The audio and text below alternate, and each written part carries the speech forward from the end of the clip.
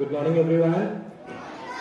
So today we have Mr. Manoj Sarkar sir with us. He is a para badminton player and he has done lots of accolades in Olympics, right? So today I had a session with sir. So some questions I will ask to sir and sir will share his experience. Okay, sir? Welcome.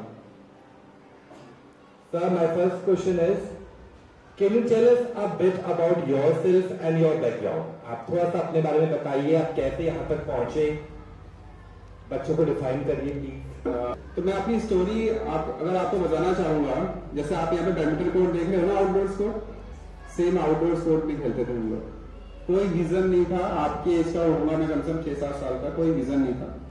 Suddenly एक दिन क्या हुआ कि families में, हमारा joint family थी, joint family में racket आया, मेरे लिए नहीं आया।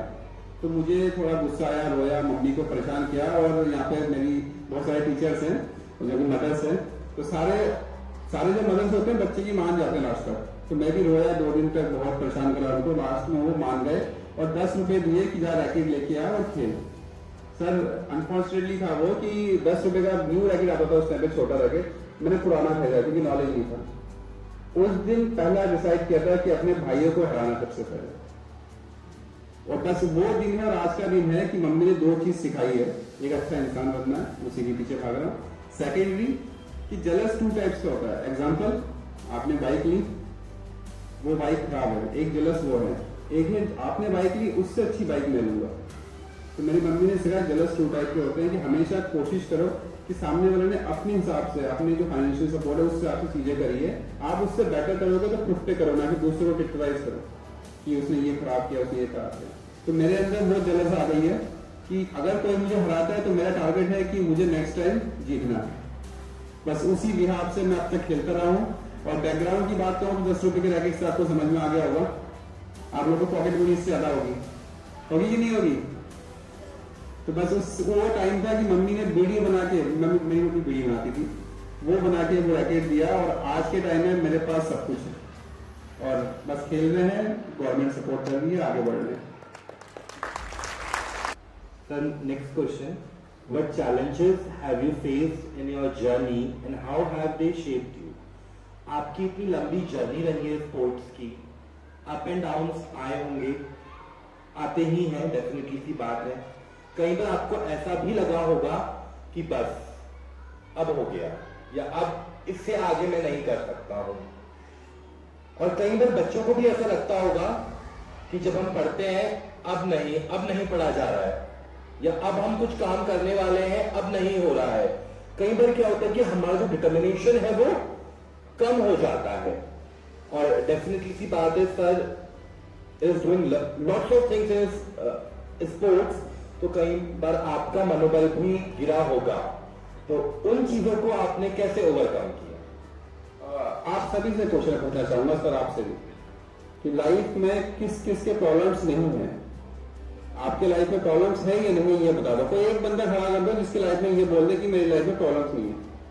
तो प्रॉब्लम्स के बहुत सारे पार्ट्स होते हैं, वो हम बाद में डिस्कस करेंगे, लेकिन आप में से कोई है जरूर जिसके लाइफ में प्रॉब्लम नहीं है? कोई भी हाथ नहीं उठा रहा, इसको मतलब सबकी लाइफ में है। तो मेरी लाइफ में बहुत सारी थी।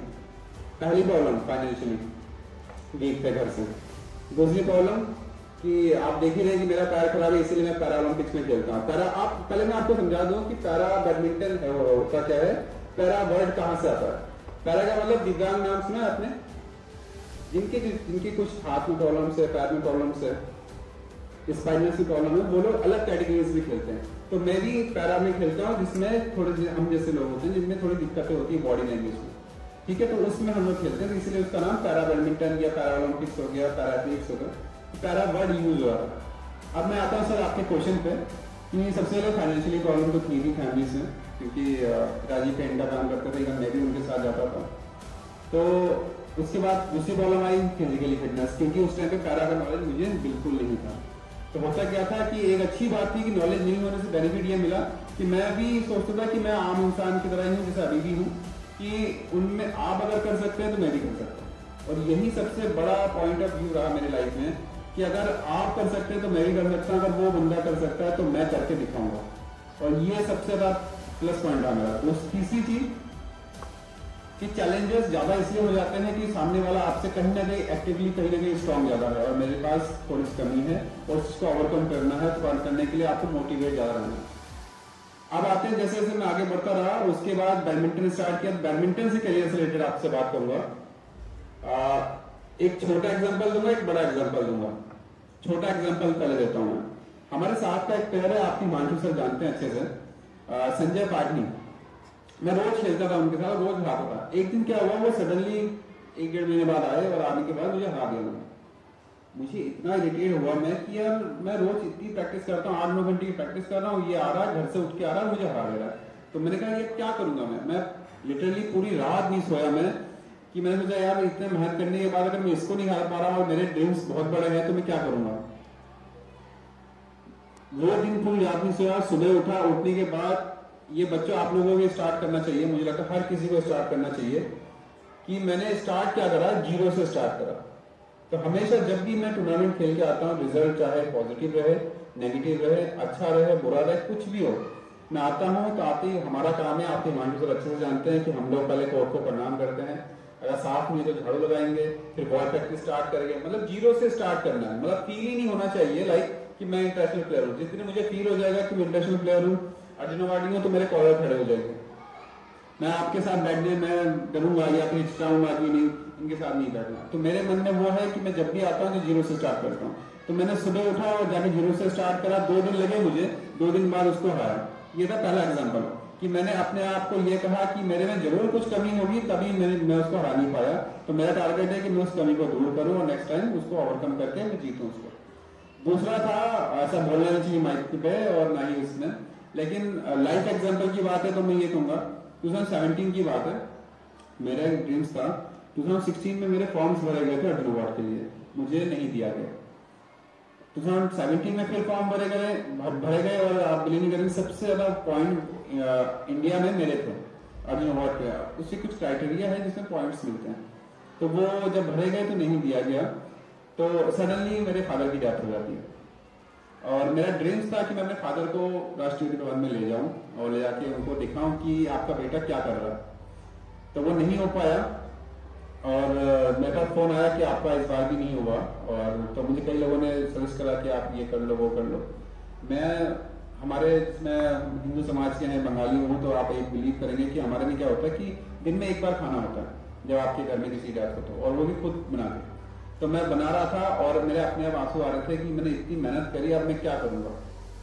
और मैंने सोचा अपने आप से कि बैडमिंटन छोड़ देता हूँ। इतनी मेहनत करने के बाद मतलब अब तो कुछ लाइफ में रहा ही नहीं। फिर वो दिन बीता, सर ने मेरे जो कोच है उन्होंने मुझे फोन करके एक ही बात कही कि लाइफ इतनी जल्दी खत्म नहीं होती है, ये लाइफ का पार्ट है बैडमिंटन। बैडमिंटन ही सब कुछ नहीं है, लाइफ का पार्ट है। तो आपका काम है, करते रहो और रिजल्ट अच्छा रहेगा। और 2018 में मुझे जब दोबारा नॉमिनेशन हुआ और मेरा नाम आया कि अर्जुन अवार्ड के लिए आपको सम्मानित करते हैं, और जबकि उस बार मेरा 2nd रैंक था इंडिया में, तब भी मुझे मिल गया। तो मैंने उस दिन एक चीज सीखा कि आपको हार तो बिल्कुल नहीं माननी है, आपका काम है करते रहना है। जैसे फॉर एग्जाम्पल बैडमिंटन, कौन बच्चे बैडमिंटन खेलते हैं? तो जब बैडमिंटन खेलते हो ना, अभी आप लोगों को पता नहीं होगा कि आप एम्पायर बैठते हैं, रेफरी बैठते हैं ना। तो अंपायर का काम करने दो, आपका काम सिर्फ कोर्ट में खेलना है। आप अच्छा खेलिए, अगर आप अच्छा खेलोगे तो मैच जीत जाओगे। आप ये मत सोचिए कि सामने वाले को हराना है या मुझे जीतना है। आपका काम है सिर्फ कोर्ट में परफॉर्म करना। वो अंपायर डिसाइड करेगा कि उसको क्या करना है, आपको जिताना है, हराना है, वो आपका रिजल्ट बाद में डिसाइड होगा। तो मेरा भी काम यही है कि मैं सिर्फ खेल रहा हूँ, मैं सोच ही नहीं रहा कि आगे फ्यूचर में मेरा क्या होना। फ्यूचर के बारे में सिर्फ अच्छी बातें याद रखनी है कि हमें ये करना है, करके हताश नहीं होना है कि उसके बाद क्या। एक एग्जाम्पल छोटा सा इस बारे में देना चाहूंगा। एक मैं शो में था, वहां पे बच्चों ने मुझसे पूछा, एक लड़की थी, एक छोटी बच्ची थी, उसने मुझे कहा कि सर मैं तैयारी कर रही हूँ पीसीएस की और नहीं हो पा रहा मेरा, 1 अटेम्प्ट चला गया, 2 अटेम्प्ट चला गया। तो मैंने उनसे एक सवाल पूछा कि आप जहां खड़े हो करोड़ों बच्चे वहां तक नहीं है, ये क्या कम बड़ी अचीवमेंट है। तो मेरा भी सवाल वही है कि आज मैं जहां पर हूं ना, हजारों लोग नहीं है। तो ये भी मुझे गॉड को, भगवान को थैंक यू करना चाहिए कि मैं जहां पर हूं, ये इसके लिए भी उनको थैंक यू करना चाहिए। नहीं तो अदरवाइज बहुत लोगों को देखा है मैंने क्या करते हुए। बहुत जरूरी है, अगर लाइफ में आपको कुछ करना है तो आपका जो गोल है उसके लिए काम करिए। और पॉजिटिव मैनिफेस्ट करोगे तो पॉजिटिव ही होगा, जो मेरा मानना है। Sir next question, can you share a specific moment और experience that taught you a valuable lesson? Struggle कर कर आप यहां तक पहुंचे हैं, लाइफ में कुछ ऐसा भी हुआ होगा जिससे आपने बहुत अच्छे एक्सपीरियंसेस लिए होंगे, you have gain lots of experiences. तो आप हमारे बच्चों को बताइए कि कौन कौन से ऐसे एक्सपीरियंस हैं जिससे एक बच्चा, एक एथलीट, कोई भी सीख सकता है। तो काफी अच्छी जर्नी रही और होपफुली मुझे उम्मीद है कि आगे भी खेलता रहूं और देश के नाम रोशन करता रहूं। इस बीच में जैसे फर्स्ट क्वेश्चन जो मेरा था उस पर मैं अपने ऊपर लेता हूँ। तो पहली चीज रही प्रॉब्लम्स कि लाइफ में इतनी प्रॉब्लम्स थी कि मैंने मटर तोड़ के तक अपने शूज के पैसे इकट्ठे करे, खेतों में जो मटर तोड़ते हैं वो भी। तो मेरी लाइफ में जब प्रॉब्लम्स आती है, मैंने सबसे पहले अपने आप से प्रॉमिस करा कि मुझे इससे बाहर निकालना है अपने आप को और फिर मुझे ये अचीव करना। मतलब मेरे जो गोल्स थे ना वो बहुत छोटे छोटे थे कि लाइक आज मैं ये काम कर लूंगा तो कल हो सकता है मुझे ये चीज मिल जाएगी। तो मैंने बड़े गोल्स को डिसाइड जो किए वो पहले के लिए सोच रखा है, लेकिन छोटे गोल्स पहले कंप्लीट करें। और मैं आप लोगों से भी यही रिक्वेस्ट करता हूँ कि छोटे गोल्स सबसे पहले डिसाइड करेगा। एक तो प्रॉब्लम्स को ओवरकम करा, उससे क्या हुआ कि मुझे एक तो मोटिवेट होने का अपने आप से सेल्फ मोटिवेट बहुत ज्यादा हुआ। दूसरी चीज, कुछ लोग ऐसे भी मिले जिन्होंने मतलब इग्नोर करा, डिनाई करा। वो होता ही है सबके साथ, आप लोगों के साथ भी होता है, मेरे साथ भी हुआ है। कुछ लोग तो ऐसे ही मिले, मुझे ये कहते हैं कि यार बैडमिंटन तो लड़कियों का नहीं है, तू क्या कर रहा है, ऐसे भी मिले। तो मैंने आज के टाइम में वही लोग मुझसे मिलने में तरसते हैं। कुछ मेरे ही साथी जो सीनियर थे उन्होंने मुझे ये कहते हैं कि तेरा कुछ नहीं हो सकता, तू कुछ भी नहीं कर सकता। और कुछ लोग ऐसे भी मिले, अंकल लोग जो एजेड रहते हैं, वो लोग कहते हैं ये पागल हो गया, धूप में खेलने जा, क्योंकि आउटडोर खेलते थे। आउटडोर का मतलब है या तो सुबह या शाम को। तो वो कहते थे ये पागल हो गया। हमारे यहाँ पे नया नया इंडोर बना था, हम वहाँ पे जाते थे दिन में, तो कहते ये पागल हो गया। तो ऐसे भी दिन देखें। उसके बाद जब इंडोर खेला तो इंडोर में मेरे नाम बिल्कुल नहीं लूंगा मैं, क्रिटिसाइज वाला मैटर हो जाएगा। तो कुछ मेरे सीनियर जो कि आज के टाइम बहुत अच्छे पोजीशन पे हैं, मतलब अपने अपने फील्ड में, मुझे कहते हैं हिमांशु, आप हिमांशु हंस रहे हैं, वो समझ गए कि मैं किनकी बात करना चाह रहा हूँ। तो वो मुझे कहते हैं, मैंने उनसे पूछा कि सर इस कोर्ट में कोच कौन आएगा? तो कहते हैं कि आपको कोच से क्या मतलब है? मेरे को देखा, ऊपर से नीचे तक देखा, देखे कहते हैं कि यार आपको कोच की क्या जरूरत है? मेरी उम्र उस टाइम होगी 18-19 के आसपास।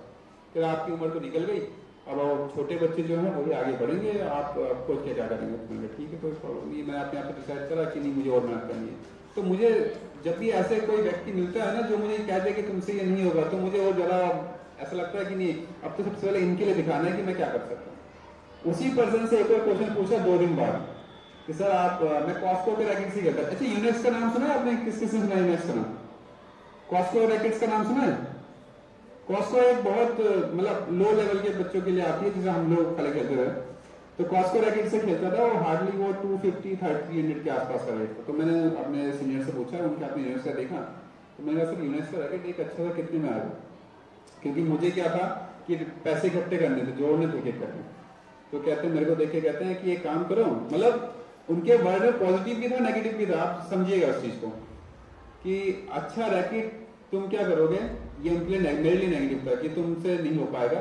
दूसरा, उन्होंने एक वर्ड कहा जो मेरे लाइफ में अभी भी चेंजेस लाया, मतलब वो पॉजिटिव था।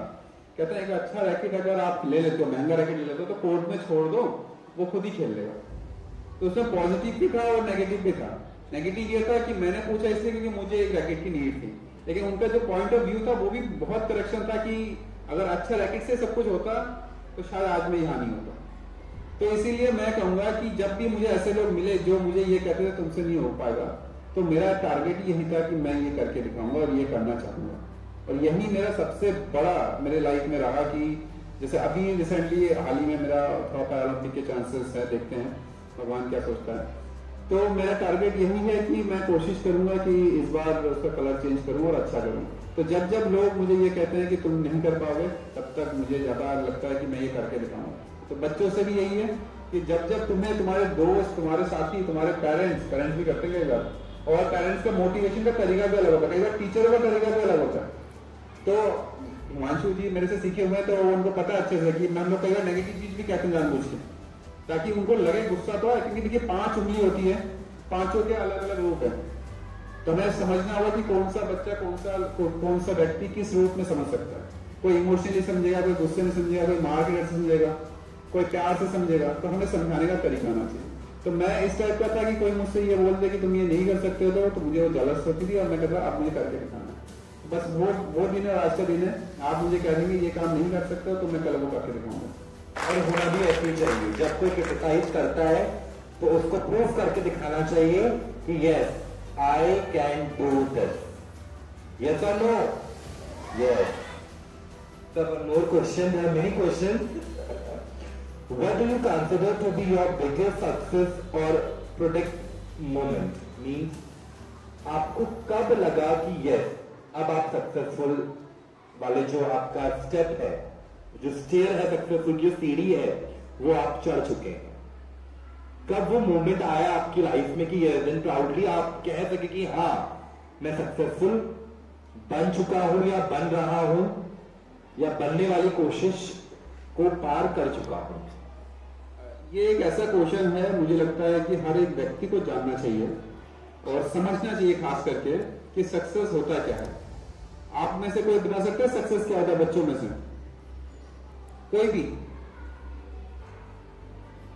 कोई बता सकता है सक्सेस होता क्या है? मैं एक छोटा सा एग्जांपल देता हूं, हो सकता है आपको समझ में आए। अगर आप खुश हो तो आप सक्सेस हो, सबसे पहला चीज।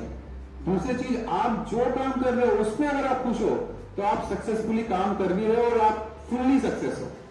तो मैं सर सक्सेस उस दिन हुआ जिस दिन मुझे लगा कि मैं आप देश के लिए खेलूंगा। मेरे लिए मेडल इंपॉर्टेंट नहीं था, पहला गोल था मेरा कि मैं अपने देश के लिए खेलूं, अपने भारत के लिए खेलूं और इंडिया जब मेरे पीछे लिखा हो। मैं उस दिन सक्सेस हुआ। क्यों? क्योंकि मुझे जिस काम से प्यार था मैं वही काम कर रहा हूं, वही चीज कर रहा हूं और साथ में मैं खुश भी हूं, तो मैं सक्सेस हूं। क्योंकि नहीं तो अदरवाइज आपसे क्वेश्चन पूछता हूं, आप प्रिंसिपल है यहाँ पे, आपने कुछ गोल सोचा था, प्रिंसिपल बनने का गोल सोचा, लेकिन आप क्या खुश हैं? अगर आप खुश हैं तो सक्सेस है, लेकिन अगर आप टेंशन ले रहे हैं कि आगे इसको और क्या बढ़ाना है, कैसे क्या करना है, तो आप सक्सेस नहीं। तो मेरा मानना यह है, अगर आप अपने काम से खुश है तो आप सक्सेस है, चाहे वो काम छोटा हो बड़ा हो, वो मैटर नहीं करता। नेक्स्ट क्वेश्चन, फिर आप हमारे बच्चों को और क्या एडवाइस देना चाहेंगे जो बच्चे स्पोर्ट्स में आना चाहते हैं? कुछ बच्चे स्पोर्ट्स में आना चाहते होंगे, हर किसी का अपना अपना प्रोफेशन है जो प्रोफेशन में जाना चाहेंगे इन फ्यूचर। कुछ बच्चे ऐसे होंगे जो स्पोर्ट्स को अपना प्रोफेशन बनाएंगे। तो I want your guidance for those students कि वो कैसे उस स्पोर्ट्स में अच्छा कर सकते हैं, कैसे वो नेशन के लिए खेल सकते हैं। मुझे लगता है आज के टाइम में सबके पास स्मार्टफोन होगा या पेरेंट्स के पास तो होगा ही होगा, है ना? तो एक तो फोन एक ऐसी चीज है ना जिसमें बहुत अच्छाई चीजें हैं और बहुत बुराई की चीजें हैं। तो बस आप ढूंढ रहे हो उसमें अच्छाई क्या है। आप जैसे स्पोर्ट्स के बारे में जानना चाह रहे हैं, हमारे टाइम में यूट्यूब ही नहीं था, मोबाइल ही नहीं थे, यूट्यूब तो दूर की बात है। तो हमें पता ही नहीं था कि बैडमिंटन, मुझे तो जब मैं खेलता रहा, आप सर बताऊंगा कि मुझे पता ही नहीं था कि बैडमिंटन को डिस्ट्रिक्ट लेवल, मतलब block level, district level, state, national और इंटरनेशनल खेलते हैं, मुझे यही नहीं था। और आज के टाइम में तो आप सबको मुझे लगता है मुझसे नॉलेज होगा कि बैडमिंटन कहाँ तक पहुंचा हो। तो मुझे तो पता ही नहीं। जब मैं 5 साल का था तब से लेकर ऑलमोस्ट 15-16 साल का हुआ, उसके बाद मुझे रियलाइज हुआ कि नहीं, बैडमिंटन तो यार स्टेट नेशनल भी होता है और इंटरनेशनल भी होता है। तब जाके मैंने गोल डिसाइड करा। अगर सपोज करो कि आपकी एज में मुझे गोल डिसाइड करना होता तो आज मैं हो सकता है कि और ज्यादा बेटर कर पाता, क्योंकि मुझे उतना और ज्यादा टाइम लग गया अपने आप को संभालने में। तो मैं आप लोगों से पहले ये बताऊंगा कि जो मेरी लाइफ में मैंने एक्सपीरियंस किया कि सबसे पहला स्टेप आप अपने घर से निकालिए। देन उसके बाद आप धीरे धीरे जब आगे चलते रहेंगे ना, तो सबसे पहला आपका साथ देगा पता है कौन? आपके दोस्त। सबसे पहले दूसरे रहेंगे आपके पेरेंट्स, फिर आपके कोचेस, आपके टीचर जो है वो आपका सपोर्ट करेंगे, फिर गवर्नमेंट सपोर्ट करेगी, प्राइवेट फाउंडेशन फेडरेशन जो होते हैं वो लोग सपोर्ट करेंगे, फिर सेंट्रल गवर्नमेंट सपोर्ट करेगी। सब आपका हाथ पकड़ने के लिए तैयार है, लेकिन पहला स्टेप आपको निकालना पड़ेगा अपने लिए निकालना पड़ेगा कि आप जब पहला स्टेप निकालेंगे ना तो सब लोग तैयार है आपका हाथ पकड़ने के लिए। बस आपको वहां तक पहुंचना है और पहुंचने के लिए मेहनत करनी पड़ेगी, और मेहनत में कमी होगी तो फिर मुश्किल हो जाएगा। जैसे कि आपने बताया कि योर मॉम, आपके मॉम एंड डैड ने तो आपको इंस्पायर करा ही करा है। कोई ऐसा टीचर, कोई ऐसा कोच या कोई ऐसा गाइडर जिसने आपको, मॉम एंड डैड तो हर किसी के इंस्पायर करते हैं, जैसे अगर मैं अपना एग्जाम्पल लूँ, मैं अगर टीचिंग प्रोफेशन में आया because of my one teacher, मेरी टीचर थी मानसी मैम, उनकी वजह से मैंने टीचिंग प्रोफेशन को अडॉप्ट करा। ऐसी कोई टीचर, कोई गाइडर जो आपकी लाइफ में जिसका बहुत बड़ा इंपॉर्टेंट रोल है, जिनके टच में आप आज भी हैं, जो आपको हर एक चीज के लिए गाइड करते हैं, तो if somebody is like that तो प्लीज शेयर एक्सपीरियंस। एक मतलब बहुत अच्छा क्वेश्चन आपने पूछा, क्योंकि ये क्वेश्चन कभी मुझसे कोई पूछता मेरे रोंगटे खड़े होते हैं। आपको मैंने कहा था कि एक सवाल मेरे से पूछा था, मैंने मतलब मेरे सीनियर से पूछा था कि यहाँ पे कोच कौन आएगा, तो मेरे मन में एक शुरू से एक मलाल था, मतलब एक जिज्ञासा थी कि मैं किसी का शिष्य बनूं, कोई मेरा गुरु बने, कोई मेरा टीचर बने एज अ बैडमिंटन में। वो चीज़ 2011 में मेरी किसी से बात हुई, और बात होने के बाद उन्होंने मुझे शेड्यूल बताया, उन्होंने बताया कि पैरा बैडमिंटन भी कोई चीज़ होती है, आगे बढ़ते रहे। और आज के टाइम में वो भी मेरे साथ हैं, उनका नाम है श्री गौरव खन्ना जी, जो कि इस टाइम पे नेशनल हेड कोच हैं पैरा बैडमिंटन के, साथ में द्रोणाचार्य अवार्डी हैं, अभी उनको पद्मश्री के लिए नॉमिनेट हुए हैं, पद्मश्री मिल जाएगा उनको जल्दी। वो मेरे रियल में गुरु हैं, मैं उनके बारे में बोल रहा हूँ तो वो मेरे रोंगटे खड़े हो रहे हैं। रीजन ये है कि मेरा एक ड्रीम था कि मेरा भी कोई गुरु हो, कोई टीचर हो, और उस रूप में मैंने उनको देखा, और उनकी और मेरी मदर की कुछ चीजें बिल्कुल सिमिलर है। वो भी यही कहते हैं कि एक अच्छा इंसान पहले बनो, उसके बाद आप सब कुछ बन जाओ। और आज भी वो मेरे साथ है, मेरे हर एक पॉइंट्स पे। मतलब मैं आपको बता रहा था कि 2017 में जब फादर की डेथ हुई और जब मैं बहुत ज्यादा निराश हो गया था कि छोड़ देता, उन्होंने ही मुझे संभाला। उन्होंने कहा कि नहीं तुम करो, हम तुम्हारे साथ हैं और इसको हम लेके छोड़ेंगे, गवर्नमेंट से हम लेंगे और हक का लेंगे। और उसके अलावा जैसे पैरालंपिक्स में कहिए वो मेरे साथ थे, एशियन गेम्स में कहिए वो मेरे साथ थे, गेम्स के अलावा भी मेरे पर्सनल लाइफ में भी। आप सुनोगे तो हंसोगे सर, मेरी मतलब घर वालों ने शादी के लिए बात चल रही थी, सब कुछ चल रहा था, पेरेंट्स थे नहीं तो सब कुछ मुझे डिसाइड करना था, मेरी बहनों को डिसाइड करना था जो मेरे से बड़े हैं। तो जब वो बात चल रही थी तो मुझे अपने ही टीचर से, मेरे जो गुरु हैं गौरव खन्ना सर, उनसे बात करने को मुझे इतना डर लगा जितना कि अपने पेरेंट्स से नहीं डरता था कि सर शादी का चल रहा है, मैं सब लड़की देख ली है, क्या करूँ। मतलब इतनी बात पूछनी है, मुझे 2 महीने लग गए उनसे। मैं रोज उनको हिंट देता था। आखिर में उन्होंने मुझे कहा, शाम का टाइम था, मुझे कहा मैं समझ रहा हूँ क्या मैटर है, एक काम कर लो, तुम्हें घर में जरूरत है, तुम कर लो, हम तुम्हारे साथ। तो मतलब एज अ गुरु देखा जाए, मैं सही में उनको दिल से रिस्पेक्ट करता हूँ। क्यों? क्योंकि और मैं आप लोगों को भी कहूंगा कि टीचर्स का रोल बहुत बड़ा रहता है हमारी लाइफ में, क्योंकि एक वही होते हैं जो कहते हैं कि वो मिट्टी जब प्लेन जाता है फिर उसको घर बनाया जाता है, तो वो टीचर ही है जो हमें रूपरेखा बनाता है हमारे ऊपर कि हम किस लाइन पे जाए। तो उस रूप में अगर मैं देखूं तो मेरे गौरव सर हैं, जिनकी वजह से मतलब मैं अभी भी अच्छा खेल रहा हूँ। One round of applause for Gaurav sir. Sir, the next question is, how you motivate yourself all the time? जैसे कि आपने बोला, obvious आपको क्रिटिसाइज किया होगा, आपने क्रिटिसिज्म का सामना करा होगा, but still how you motivate yourself? कई बार बच्चे भी हैं जो जिनको उनके टीचर्स क्रिटिसाइज कर देते हैं, पेरेंट्स क्रिटिसाइज करते हैं, कई बार उनके फ्रेंड्स भी क्रिटिसाइज करते हैं, तो how they have to motivate themselves, taking your example? और वो ये है कि आपको भूलना नहीं चाहिए कि आप कहाँ से आए हो, कहाँ पर हो और किस जगह जा सकते हो। एग्जाम्पल, मैं कहाँ से निकला हूँ, अभी कहाँ बैठा हूँ और आगे फ्यूचर में मैं क्या करूँगा। तो आपको जब भी लगे कि आप डिस्टर्ब हो, आप अपने आप को मोटिवेट नहीं कर पा रहे हो, तो भूलना मत कि आपका पास्ट क्या था। अगर आप अपने पास्ट को याद रखोगे तो आप सोचोगे मेरा प्रेजेंट बहुत अच्छा चल रहा है, और प्रेजेंट अच्छा चल रहा है तो फ्यूचर और अच्छा हो सकता है। तो सर यही मेरा मेन है मोटिवेट रहने का, कि मैं भूलता नहीं हूँ कि मेरे पास्ट में मेरे पास क्या था और क्या नहीं था।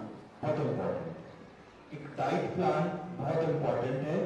बट आजकल हम देख रहे हैं कि बच्चे जो हैं they are going towards the fast foods, momos, chow mein, packet foods. तो प्लीज गाइड द चिल्ड्रन कि what is beneficial and what is not beneficial, कि सेहत को अच्छा रखने के लिए क्या इंपॉर्टेंट है। ये इसका बहुत अच्छा क्वेश्चन है। और इवन ओलंपिक के बाद, ओलंपिक्स के मेडल्स के बाद पीएमओ से हमें आदेश जारी थे कि हम ओलंपिक मेडलिस्ट थे या जिन्होंने ओलंपिक्स पैरालंपिक्स में खेला, सबके लिए आदेश था कि आप लोग जाइए और 74 स्कूल, हर एक पर्सन जाएंगे और जाने के बाद खास करके इस टॉपिक पे बात करेंगे, क्योंकि मोस्टली क्या हो क्या रहा है कि हम लोग बहुत ज़्यादा पैकेट फूड की तरफ चले गए, और पैकेट फूड सबसे बड़ा जंक फूड है, चाहे वो उसके अंदर कितनी भी अच्छाई चीज़ होना। आप जूस ले लो, वो जूस नहीं है, वो पैकेट फूड में जहर एक तरह से दिया जाएगा। आपको पता है सबसे मीठा जहर किसको कहते हैं, पता है किसी को? मीठा जहर, आप मतलब समझ रहे हो कि मीठा भी है और जहर भी है, वो धीरे धीरे इंसान को मारता है, वो है चीनी। चीनी शुगर हमारे शरीर के लिए चाहिए, लेकिन कितना चाहिए वो आपको याद होना चाहिए।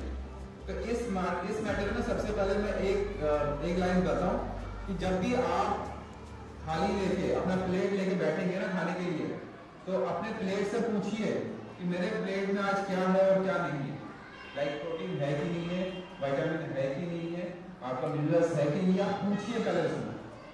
अगर वो नहीं है तो उसको फुलफिल करना है, पहला काम। दूसरा काम, अगर आप कुछ भी खा रहे हैं तो उसको डाइजेशन करने के लिए आपको एक्टिविटी करानी पड़ेगी। आप कुछ नहीं कर सकते, मैं कहूँगा सिंपल सा आपका कि आप 40 मिनट मॉर्निंग में और 40 मिनट नाइट में, इवनिंग में आप वॉक करिए, आप आधे चीज आपकी प्रॉब्लम सॉल्व हो जाएगी। अब आते हैं सर आपके क्वेश्चंस पे कि हेल्दी फूड्स के बारे में जब मैं बताऊंगा तो उससे पहले मैं ये बताना चाहूंगा कि कोई भी चीज अच्छा या बुरा नहीं होता, आपके शरीर के हिसाब से अच्छा बुरा होता है कि आपके शरीर में क्या चीज अच्छी होती है और क्या चीज बुरी होती है। तो सबसे पहले आप अपने बॉडी के बारे में जानिए कि आपके बॉडी में क्या चीज अच्छा होता है और क्या चीज बुरी होती है। एग्जाम्पल, मेरे एक साथी हैं, उनको मैदा सूट करता है, अब मैं उनको बोलूँ कि आप मैदा ना खाओ तो उनके लिए बुरा होगा, क्योंकि उनकी बॉडी वेट इतना कम है कि उनको मैदा लेना पड़ रहा है। लेकिन डाइटिशियन ने उनको बता रखा है कि आप वीकली 2 या 3 टाइम्स, वहीं पे डाइटिशियन ने मुझे बना कर रखा है कि आप 15 डेज में एक बार लोगे। आप बताइए, तो सबसे पहले आप अपने प्लेट्स के बारे में जानिए, फिर आपकी बॉडी के बारे में जानिए कि आपके बॉडी में क्या चीज चाहिए और क्या नहीं चाहिए। रही बात जंक फूड की, ये जंक फूड तो सारा ही खराब होता है, आपको फ्रेंकली बताऊं। जंक फूड क्या करता है, जंक फूड होता है क्या, पहले वो बता दूं। जितने भी पैकेट फूड है ये जंक फूड्स में आते हैं, जितने भी पैकेट होता है उसमें कितनी भी हेल्दी चीजें हो वो सारे जंक फूड्स है। दूसरी चीज, आप जो मैदा होता है, जैसे मोमोज हो गए, चाउमीन हो गए, ये सारी चीज आपकी मैगीज हो गए, ये सारी चीज खराब होती है। लेकिन हाल ही में मैंने एक चीज और सीखा, मेरे एक दोस्त है, नाम है अनुराग, हम लोग प्रैक्टिस करके आए और बहुत ज्यादा प्रैक्टिस करा था। अनफॉर्चुनेटली था कि उस दिन हमारे साथ क्या हुआ कि पानी नहीं मिला था प्रैक्टिस के बाद, तो हम आए और आने के बाद जूस पी लिया, और मैंने 2 गिलास किया, उसने 4 गिलास किया, फिर वो शाम का सेशन किया। मैंने पूछा क्या हुआ, फिर लूज मोशन। तो अच्छी चीज भी बुरी होती है, आपको पता होना चाहिए कि कितना लेना है। जूस का क्या मैं करता, जूस तो अच्छा होगा ना शरीर के लिए, लेकिन उन्होंने 4 गिलास दिया तो उनके पेट में दिक्कत होगी। तो आपको ये भी समझना है कि अच्छी चीज भी क्वांटिटी में लेंगे तो अच्छा होगा, और अगर ज्यादा लेंगे तो बुरा हो जाएगा।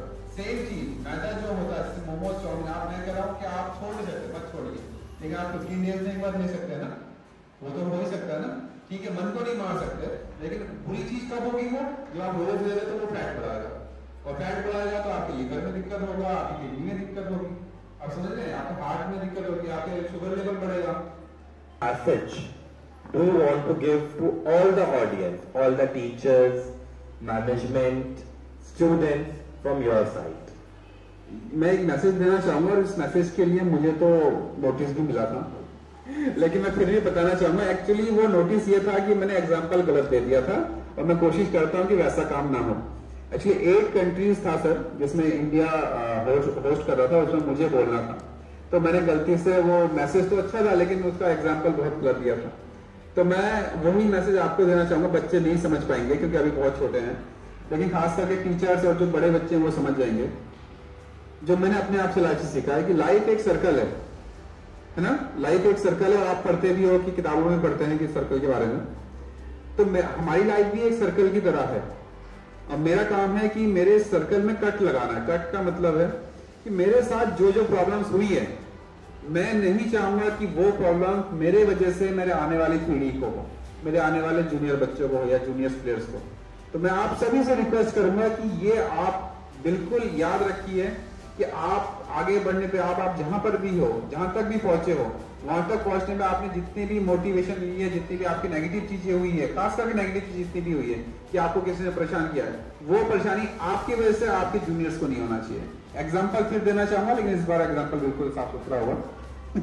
वो ये है कि फॉर एग्जाम्पल आप कॉलेज में आते हो और आपके साथ रैगिंग हो जाती है, अगर वही रैगिंग आपने अपने जूनियर के साथ नहीं किया तो उसको पता भी नहीं होगा कि रैगिंग होता है क्या। तो मेरा सवाल यही है और आंसर भी यही है कि आप कोशिश करिए कि आपके साथ जो प्रॉब्लम्स हुई है वो आपकी वजह से आपके जूनियर्स को ना हो। जो किसी को आपके बारे में नहीं पता है, आप कुछ ऐसा शेयर करिए, nobody knows about this। जैसे कुछ चीजें मैं अच्छी बताऊंगा, कुछ चीजें बुरी बताऊंगा। पहला चीज, मुझे बच्चों से घुलना मिलना बहुत ज्यादा पसंद है, और सेम चीज बच्चे मुझसे डरते ही बहुत है, क्योंकि मैं कभी उनके ऊपर हाथ नहीं उठाता। आपके हिमांशु सर मेरे साथ रहे हैं, उनको पता है कि कभी भी मैं हाथ नहीं उठाता। लेकिन होता है क्या, आंखों का डर सबसे बड़ा डर रहता है। हम पनिशमेंट ऐसा चूज करते हैं जिसमें वो बच्चा कहता है कि नहीं यार सर मुझसे दूर हो रहे हैं। और वही चीज मेरा है कि मैं बच्चों से बहुत ज्यादा लगाव रखता हूँ। फिर जब मैं उनसे दूर रहता हूँ तो उनको रियलाइज हो जाता है कि ये चीज मैंने कुछ गलती करी है, तो उनको खुद रियलाइज हो जाता है। तो मेरे एक चीज ये बच्चों, बहुत कम लोगों को पता है कि मुझे बच्चों से बहुत ज्यादा लगाव है। दूसरी चीज, मतलब पार्ट ऑफ जोक मान लीजिए कि मैंने अपने ही घर से चोरी की थी एक बार, अपने ही मतलब मम्मी के गुल्लक से, वो है शटल लेने के लिए। ये किसी को नहीं पता ये बात। तीसरी चीज, ये थोड़ा सा इमोशनली हो जाएगा कि मेरी वाइफ को पता है, मेरी फैमिलीज को पता है, और मेरे एक दो दोस्त को पता है। इसके अलावा पूरे वर्ल्ड में किसी को नहीं पता। वो ये है कि मैं घर से भाग गया था 8th क्लास में। और वो भागा क्यों था? क्योंकि फाइनेंशियली प्रॉब्लम बहुत ज्यादा थी, घरों में रोज झगड़े होते थे। तो मैं चला गया था दिल्ली बिना बताए कि वहीं पे जाके काम वाम करूंगा, आराम से पैसा वैसा घर भेजूंगा, सब कुछ करूंगा। तो ये मेरा टारगेट था। वो तो थैंक गॉड कि मेरे जिया जी बहुत अच्छे थे, मम्मी पापा। पहली बार मैंने पापा को रोते हुए देखा मेरे वजह से, कि तब मुझे लगा नहीं यार अब घर बैठ के कुछ करना है और बहुत कुछ करना है। 8th क्लास से लेकर अभी तक इतनी मेहनत करी, हर एक काम करा, और उसके बाद फिर बढ़ता रहा। तो ये कहानी सर किसी को नहीं पता कि मैं घर से भाग गया था, और वो भी स्कूल फीस लेके। हाँ, एक्टिविटीज को ज्यादा इंपॉर्टेंस नहीं दी जाती है इन कंपैरिजन टू एकेडमिक्स। आपने अपने बचपन में कौन सा गेम नहीं खेला ये बता दीजिए। मैं ये नहीं बोल रहा कि कौन सा गेम खेला है, कौन सा गेम नहीं खेला ये बता दो। मैम आप लोग प्लीज कौन सा गेम नहीं खेला ये बता दीजिए। बहुत सारे गेम होंगे आप लोगों ने खेले। और आज मैं वही चीज बच्चों से पूछता हूँ कि आपने कौन सा गेम खेला ये बता दो, तो आधा आंसर तो इसी में मिल जाता है कि आजकल के बच्चे मोबाइल और पबजी के अलावा मुझे नहीं लगता और कोई चीज जानते होंगे। लेकिन आप लोगों ने जो भी एक्टिविटी की होगी बहुत की होगी, ऐसी करी होगी जो उन्होंने नाम भी नहीं सुना होगा। मैं सही कह रहा हूं? तो ये सबसे बड़ा डाउनफॉल तो यही आया कि हम लोग भूल जाते हैं कि हम लोग जो फिट हैं या फिट थे अपने टाइम में, वो इसीलिए थे कि हमारा क्या था कि हम बहुत ज्यादा एक्टिविटीज करते थे, अलग अलग फन गेम्स करते रहते, वो भी सीजनल। लाइक मैं अपनी बात बताऊं, जैसे थोड़ी सी ठंड आ गई तो बैडमिंटन खेल लिया, हल्की सी थोड़ा सा धूप आ गया तो हमने क्रिकेट खेल लिया, फिर उसके बाद बारिश आ गई तो हमने फुटबॉल खेल लिया, है ना, कबड्डी खेल ली, क्योंकि कबड्डी थोड़ा सा कीचड़ में अच्छा लगता है। तो ये चीज है कि हम सीजनल बहुत ज्यादा खेलते थे।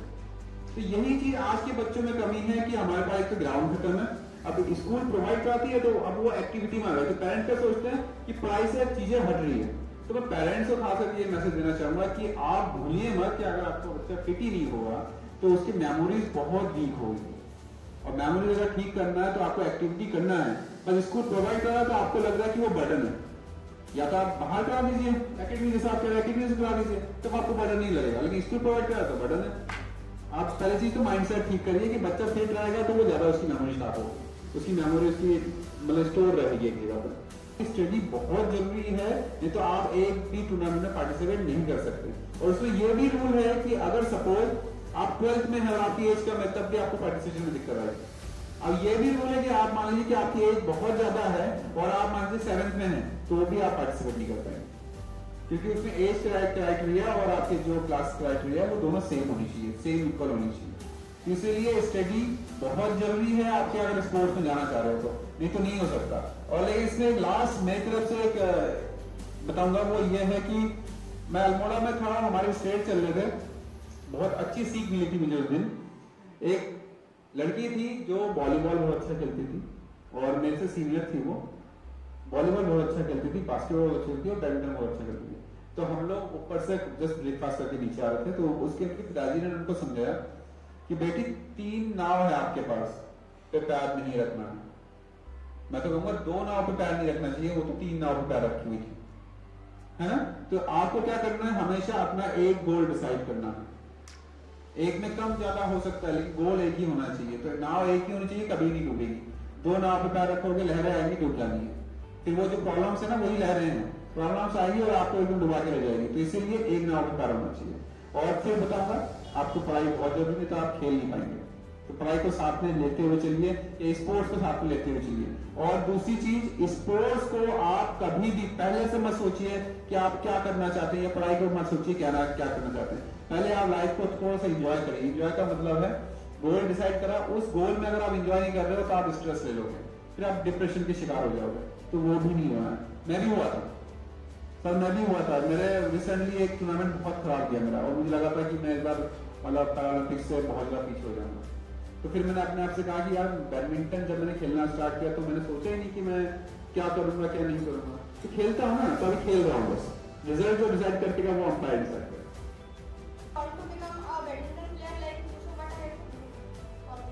से बेटर बनना है, पहला आप ये डिसाइड कर लीजिए।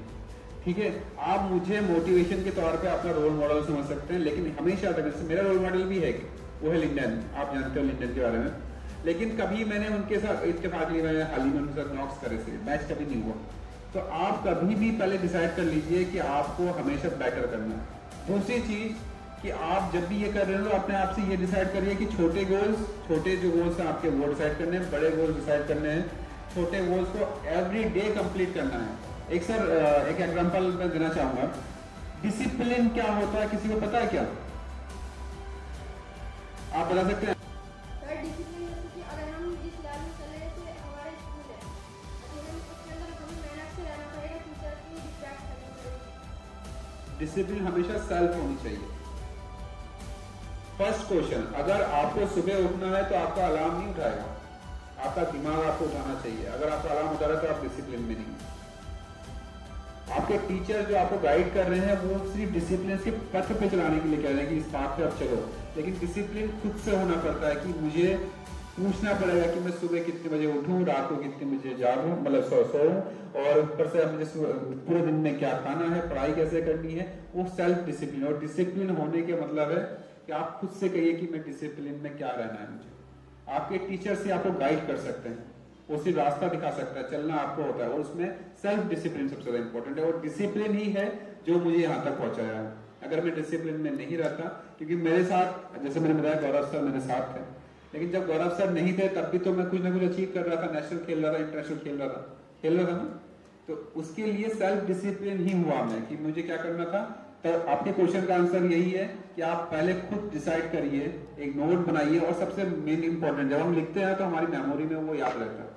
इसीलिए आपके टीचर कहते हैं कि नोट बनाओ, नोट्स में डायरी बनाओ, मतलब आप अपने होमवर्क करो। इसीलिए वो लिखा जाता है कि जब भी हम नोट करते हैं तो वो हमेशा हमारे मेमोरीज में रह जाता है। तो मैं आपसे कहूंगा कि आपको अगर मेरे से अच्छा बनना है तो आपको क्या करना है, सबसे पहले छोटे गोल डिसाइड करने, लिख के रखो।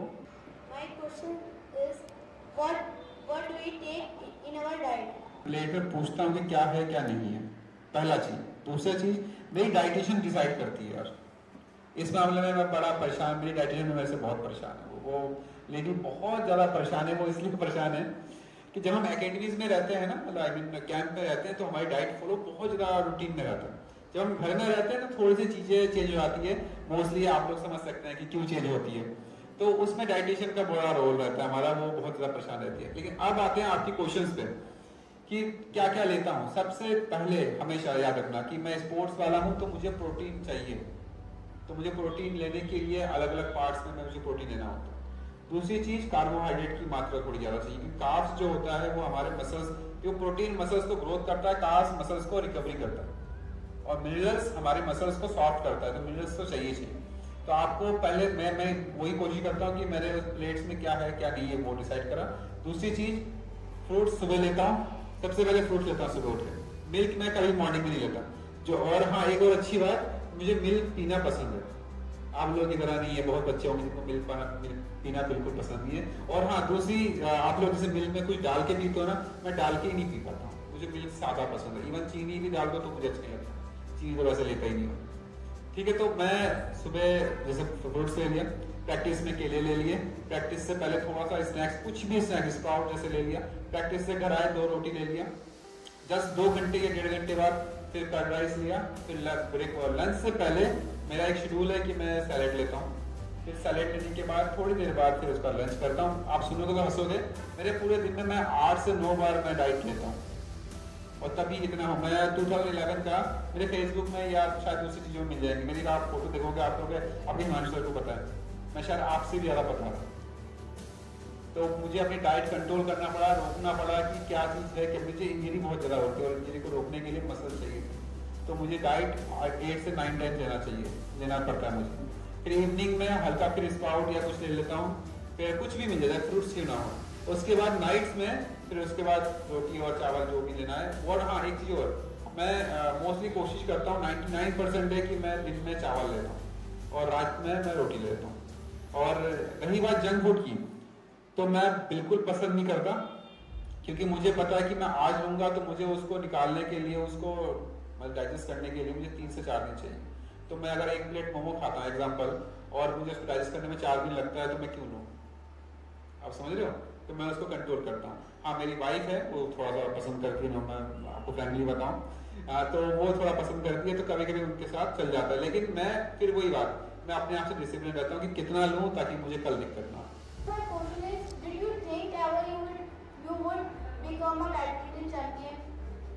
सेम मेरा भी हाल था कि मैंने भी कोई गोल डिसाइड नहीं करा, लेकिन मेरी लाइफ में होता क्या रहा कि जब जब प्रॉब्लम्स आई तब तक मैंने छोटे छोटे बड़े बड़े गोल डिसाइड करे। तो लेकिन हाँ, एक चीज़ है, लेकिन एक चीज़, जब मुझे बैडमिंटन में थोड़ा सा इंटरेस्टेड बढ़ा, थोड़ा सा मैं अच्छा खेलने लग गया, मतलब मुझे लगता है कि मैं अच्छा खेल रहा था उस टाइम पे, बाकी तो मेरे सीनियर को पता होगा, तो तब मैंने डिसाइड करा, धीरे जब आगे बढ़ता रहा, और जब मैं फर्स्ट टाइम जब मैं मैच हारा था, फर्स्ट टाइम उस दिन मैंने डिसाइड करा था कि मुझे अपने देश के लिए खेलना। तो गोल डिसाइड जितना जल्दी करोगे उतना जल्दी आप अचीव के लिए आगे बढ़ोगे। वो जो फर्क होगा ना आपका, जो पार्ट होगा, वो बहुत अच्छा होगा। लेकिन पहले मैंने भी डिसाइड किया, लाइफ में बहुत इंजॉयमेंट करा। इवन मेरी छोटी बेटी है, अभी 16 मंथ की है, और मैंने मतलब उसकी मम्मी को कह रखा है कि इसको शैतानी करने दो, इंजॉय पूरा करने दो, वो सुधार दो, फिर हम लोग क्या स्पोर्ट्स में डाल देंगे तो सब सारी एक्टिविटी, सारी एनर्जी वहाँ पे वेस्ट हो जाएगा।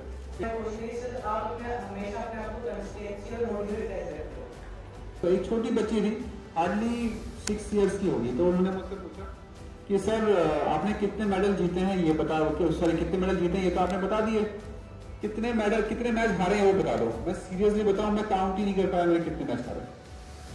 तो आपके क्वेश्चन का आंसर पहले मैं वही देता हूँ कि कितने मैच हारे वो मुझे काउंट ही नहीं है, कितने मेडल जीते, कितने मैचेस खेले वो तो मैं आपको बता सकता हूँ, कितने मैच हारे नहीं बता सकता। तो रही बात की कंटेस्ट में हम मैच जो जीतते आ रहे हैं, मेडल जो लाते आ रहे हैं, उसके पीछे का एक ही मात्र मेरा रोल है, वो ही है, जब भी आप घर आओ और अपने प्रैक्टिस पे या जो भी आप वर्कआउट करना चाहते हो या जो भी आप आज जिस लाइन पे आप आगे बढ़ना चाहते हो, always start with the zero. Like आपको पता ही ना हो कि आपको कुछ आता ही है, तो क्या होता है कि रिवीजन भी हो जाता है और हम जल्दी पिकअप कर लेते हैं। तो हमेशा मैं वही करता हूँ, जब भी घर आता हूँ हमेशा जीरो से स्टार्ट करता हूँ। सर आपके अंदर एक एटीट्यूड टाइप कुछ जैसे घमंड रहता है कहीं, सर ऐसा कुछ कभी हुआ? मुझे गुस्सा बहुत आने लग गया था, और गुस्सा आने के कई सारे रीजन थे। उसमें से एक रीजन ये था कि पेरेंट्स, मेरे पिताजी चले गए 2017 में, 2018 में मदर चली गई थी। तो मुझे अपना घर, जो मेरा घर जिसको हम कहते हैं, आपको पता है मतलब मकान और घर में क्या फर्क है, मुझे उस दिन रियलाइज हुआ कि मेरा अपना घर मकान लगने लग गया था। मैं कैंप से घर तक नहीं आया। एक बार मैं लखनऊ से निकला, कैंप मेरा लखनऊ में चल रहा था, लखनऊ से निकला आपने खुद ड्राइव करके, मैं सीतापुर तक आया, वापस चला गया। मुझे ऐसा लगा मैं अपने घर जा रहा हूँ या मकान जा रहा हूँ, मतलब ऐसा लग ही नहीं था कि मैं अपने मकान में, मतलब कोई मम्मी नहीं है, पापा नहीं है, कोई भाई नहीं, छोटा भाई है बस, उसके अलावा कोई नहीं है। तो मैं वापस चला गया। तो मैं आपको वही बताना चाह रहा हूँ कि जब भी मेरे साथ ऐसा कोई चीज़ हुआ है तो मैंने हमेशा कोशिश करी है कि पहले तो चीज़ों को समझने की, फिर उसमें आगे बढ़ने की। तो हमेशा मैं आपसे वही कहूँगा कि आप भी कोशिश करिए कि जो भी वास्तविकता है ना उसके अनुसार चलने।